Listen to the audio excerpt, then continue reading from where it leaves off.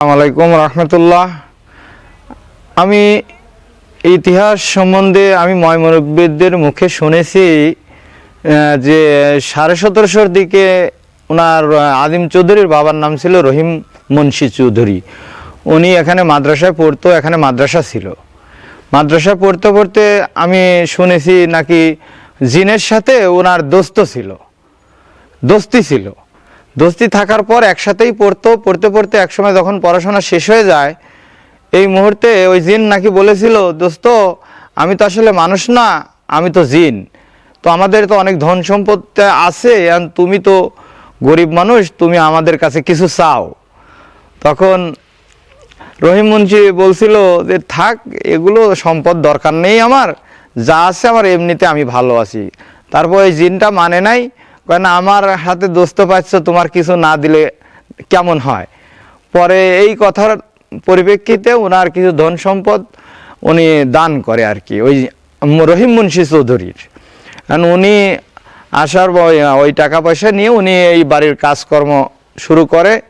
কিছু কাজ বাকি ছিল, রহিম মুন্সি চৌধুরী মারা যাওয়ার পর তার ছেলে আজিম চৌধুরী এই কাজটা সম্পূর্ণ করার পরে পুরা এই আজিম চৌধুরীর নামই তখন ছড়ায়। যখন এই কাজটা পরিপূর্ণ আসে তখন আজিম চৌধুরীর নাম ছড়ায়। আশেপাশে এই এলাকা, আশেপাশের এলাকা যত জমিদারি, যত জমি ছিল সমস্ত জমি খাজনা আদায় করা হতো, বিভিন্ন প্রকার প্রহারও করা হতো। জমিদারদের যা করণীয় আর কি তাই তারা করেছে, গরিব মানুষ। আমরা সেই অনুযায়ী এখনও আছি। পরে 1800 সনের শুরুর দিকে এই মহল আপনার তৈরি হয়েছে। পরে 100 বছরের মতো পরিত্যক্ত ছিল। আদিম চৌধুরী এখান থেকে নিখোঁজ হয়ে যাওয়ার পরে ব্রিটিশরা ঢুকছিল এই বাড়িতে। ব্রিটিশরা ঢোকার পরে বিভিন্ন লুটপাট করা হয় এরকম। তাছাড়াও কিছু এলাকার মানুষজনও বাইরের এলাকার এই সমস্ত এলাকার দরজা জানালাগুলো সম্পূর্ণ খুলে নিয়ে যাওয়ার পর এটার ভিত নর্মাল হয়ে যাওয়ার কারণে আপনার একটা ছোট্ট ভূমিকম্প হওয়ার কারণে এই সমস্ত ছাদ মাদ ভেঙে পড়ে। তারপরে এখানে অন্দরমহল আছে, তারপরে ওখানে রাজমহল ছিল যেখানে রাজকার্য পরিচালনা করা হইতো। এখানে রানীরা চুল শুকাইতো, এখানে বিবিকা হাম্মাম আছে, বিবিদের গোসলখানা ছিল। আমরা শুনেছি 5 থেকে 7টা তার স্ত্রী ছিল, আরও অধিক স্ত্রী ছিল, দাসী ছিল। সে অত দূর আমরা দিতে চাচ্ছি না, আমরা ময়মনসিবদের মুখে যা শুনেছি তাই বললাম। আর এখানে আমি বর্তমান 1 বছরের বেশি হলো চাকরি জব করতেছি এখানে মসজিদের মুয়াজ্জিন হিসাবে। পাশাপাশি মুয়াজ্জিন হিসেবে বেতন কম, আমার হয়তো পোষায় না, এখন অনেক খরচ বেশি, যার কারণে আমি পার্কের সাইডে একটা কাজ নিছি। এই কাজ ওই কাজ মিলায় 10,000 টাকার উপরেই বেতন পাই। আল্লাহ ভালো চালাচ্ছে আলহামদুলিল্লাহ।